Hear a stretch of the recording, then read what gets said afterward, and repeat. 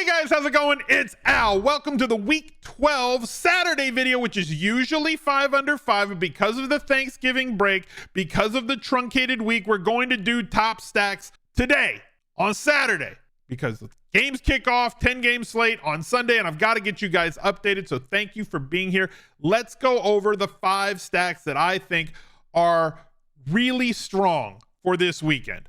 We also have the cheat sheet, which is posted in our Discord, the Smiz Life Discord.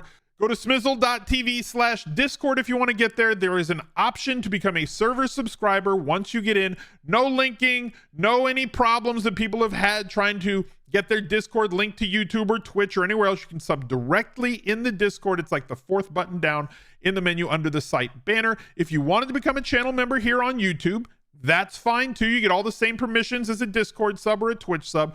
Go to smizzle.tv/join. It's $5 a month for both. You get the exact same perms for both, access to the VIP channels, as well as the cheat sheet that comes out every Friday for NFL season. So thank you guys for being here. Hope you had a fantastic Thanksgiving.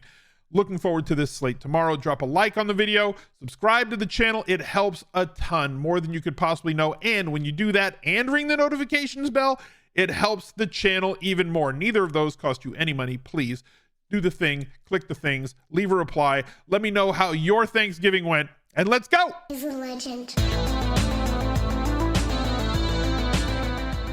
The Week 12 Smiz Gang Listener League is posted on DraftKings, but it's not available in the DraftKings lobby. It is the best tournament on DraftKings, and the only way to join it is to go to the link tree, smizzle.tv/links. We'll give you the link to the Smiz Gang Listener League as well as everything else that I do. It's $10 to enter, 3 max, $40,000 in the prize pool. Absolutely no rake. I will shout out the top 10 finishers on the recap video for Week 12 on the Al Smizzle Fantasy Football channel. The link for that also available in the link tree. Literally everything I do. It's one-stop shopping, right? Black Friday deal. Click all the buttons on the link tree and you get access to all of my free content absolutely free, and you can join the Smiz Gang Listener League. So let's get that filled so that they don't make it smaller for the rest of the season. Let's head over to the sports book and take a look at what's happened. It's been a long week. We might need a recap on what the totals are for these games. Panthers in Tennessee 36.5, Jaguars in Houston 47.5 is the total there. Pittsburgh against the Bengals 35.5 ew. Patriots Giants 33.5 double ew. Buccaneers and Colts 44.5, played in Indy where there's been a lot of shootouts this year. Indy giving up a lot of points at home. I think 29.4 points per game they're allowing in Lucas Oil. Saints and the Falcons 41.5, sneaky good here actually. Browns and the Broncos 36 total. Rams and Cardinals 45 total. Cardinals terrible on defense. We just got news that Cooper Kupp is expected to play in this game, so do with that whatever you will. Bills and Eagles, the prime matchup on the day, starting at 1:28 p.m. because why not? 5s and O's were right out. You can't do 1:25 and you can't do 30. That's too basic. So we're starting at 1:28 p.m. on this Sunday. They're just doing whatever they want now. And the Chiefs and the Raiders 42.5. You have fun figuring out who Patrick Mahomes is going to throw to this week. Top stack is the one that is on the cover. Jalen Hurts and the Eagles, but we have something that happened here. Okay, so like they played that game against Kansas City. He didn't throw the ball all that much, 22 times. Very much a defensive battle in that game. One of his lowest outputs in terms of fantasy points on the season, second only to his Week 1 game against New England. I think we get kind of a bounce back here against Buffalo, who's not been very efficient defensively. And the thing that I was talking about was Dallas Goedert out, right? So in that game, because it was a showdown, now we have the possibility that like Jack Stoll was going to run a lot of routes and play a whole lot. He didn't. That Calcaterra might get some run. That Akowe Bunam, Albert O was going to do some things. He did not do any of the things. All that really happened was they just consolidated more targets to the wide receivers. Julio Jones ran a lot more routes and played a lot more snaps than the previous 3 games, only got 2 targets, but is what it is. The Kansas City defense is starting to be problematic to me because they're making things not fun. That's a discussion for a whole other video, but like they're just very tough defensively.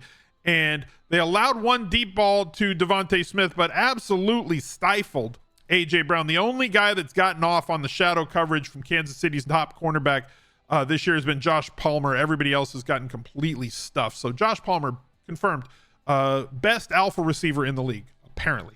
So if you wanted to get back to it with Jalen Hurts and AJ Brown, go with this alpha stack. You could go with Smith. You could go with Jones. Plenty of bring back plays on the other side. Don't love the tight ends in this spot. It will differentiate you because you're going to pay up in 2 to 3 different spots if you're not using Julio Jones and hoping that he catches 2 touchdowns in this spot. Because this is extremely expensive. That alone is going to differentiate you. AJ Brown projecting under 10%. So you're already getting an opportunity at getting different from the crowd, and Buffalo's got plenty of bring back plays, which leads me to Josh Allen as another top stack on this slate. This game, one of the 3 most likely to shoot out, and because of the salaries all around, the players aren't carrying really large percentages on them. There's better value at other spots. There's cash game plays in other games.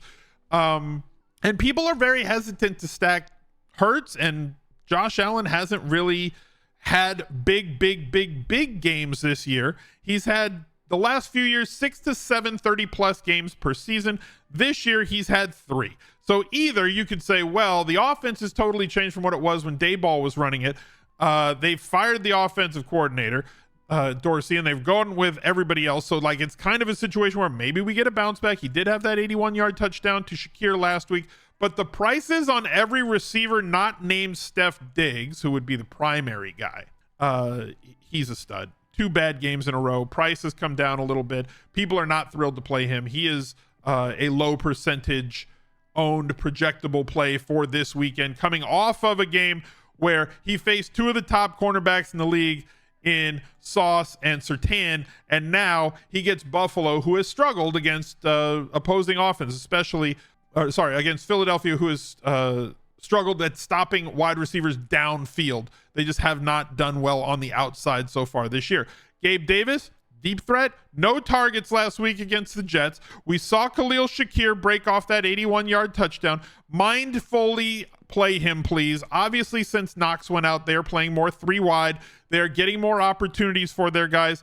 He has mashed the over 4 weeks in a row. 4 of the last 5 weeks on his yardage props. The big one last week because of this 81-yard touchdown. That's like a 15.1 point touchdown of his 23.5 DraftKings points. Add 3 to that, I guess, if you want to count the 100-yard bonus that it got you as well. He's 3,600, so it's entirely possible to go with guys like him and Kincaid along with Josh Allen, or Davis and Kincaid, or Shakir and Davis, and just hope that Diggs doesn't have a massive day against Philadelphia and a couple of other guys break off long runs on the outside, like Gabe Davis, who we know is a downfield threat. Kincaid getting a lot more targets recently since they have lost Knox 8, 7, 11, 6, 7.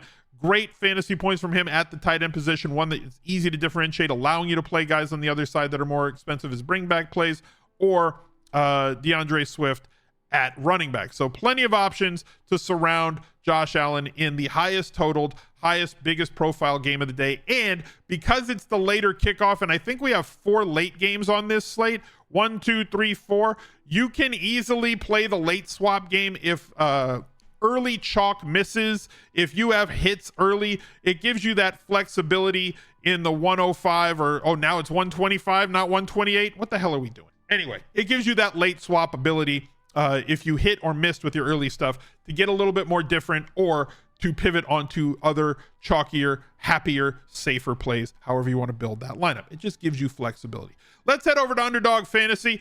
Let's head over to Underdog Fantasy. They have a promo where now it's not $500 anymore. That has expired. It is now up to $100 deposit bonus on your first deposit to the site when you use my code ALSMIZZLE, ALSMIZZLE, all one word. They have these great pickups. So if you deposit $100, if you're a new member to the site, you get another $100 added to your account. You can play it in one of these pick'ems and try and win a lot of money. Let's do a stupid one.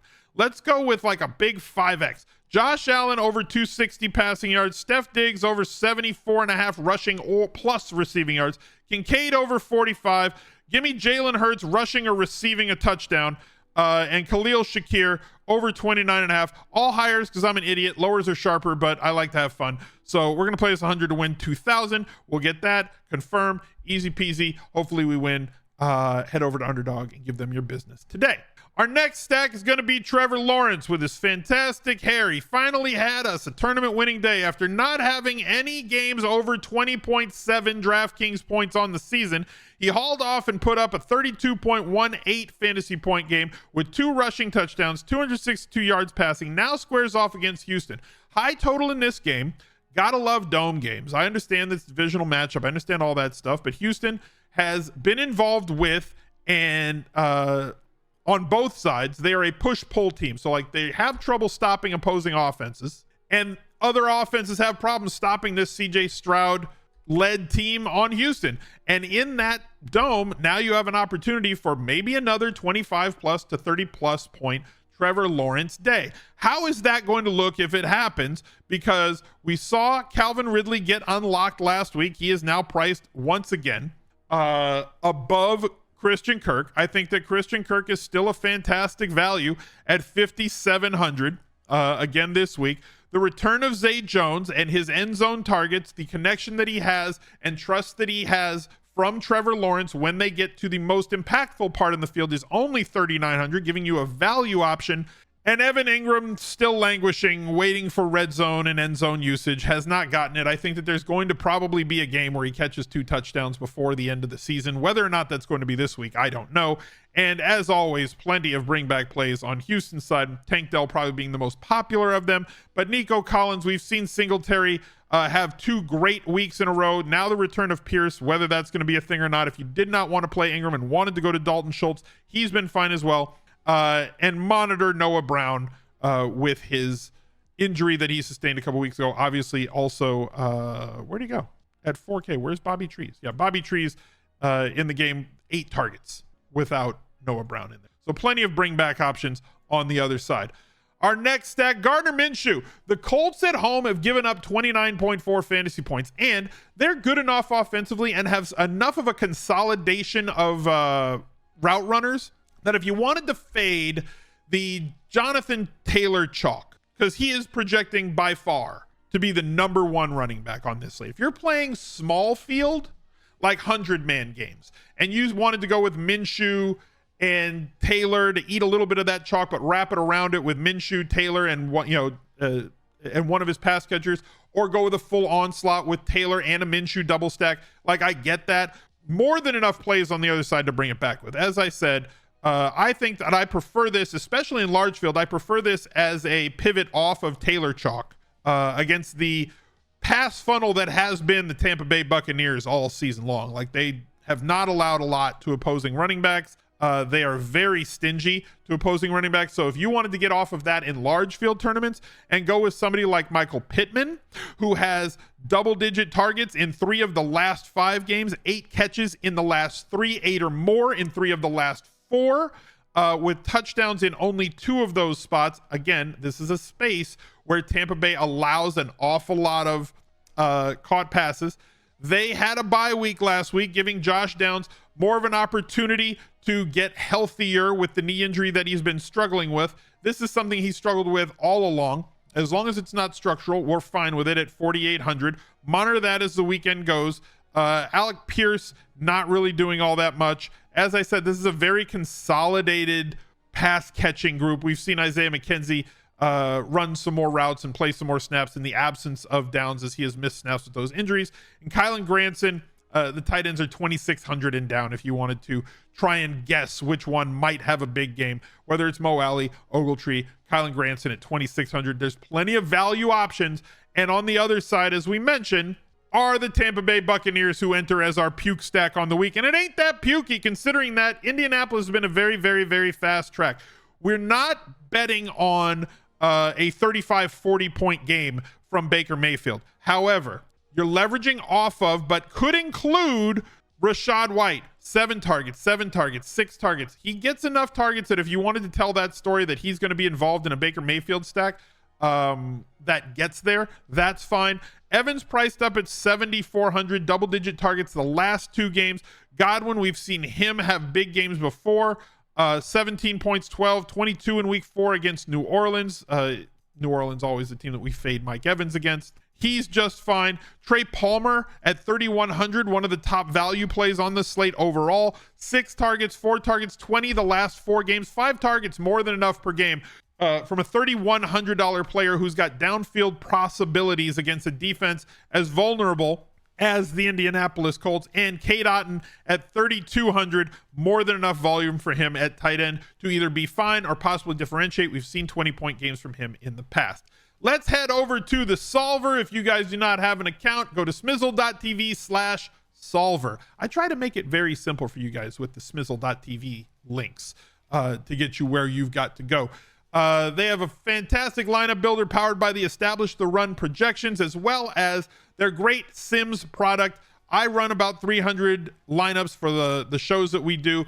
Obviously, things will change, news will change, percentages will change, and projections will change. But the top lineups in that sim so far that we ran this Friday morning, Josh Allen looking like a fantastic double stack, large field play. Make sure that you go show them some love. And I believe that they're having a Black Friday to Cyber Monday weekend sale. Use code NFL50 after you use my link, smizzle.tv/solver, to take advantage of it. Look out for the cheat sheet that's available in the Discord right now. I wish you all the best this weekend. Good luck. Look out for another video right there. He's a legend.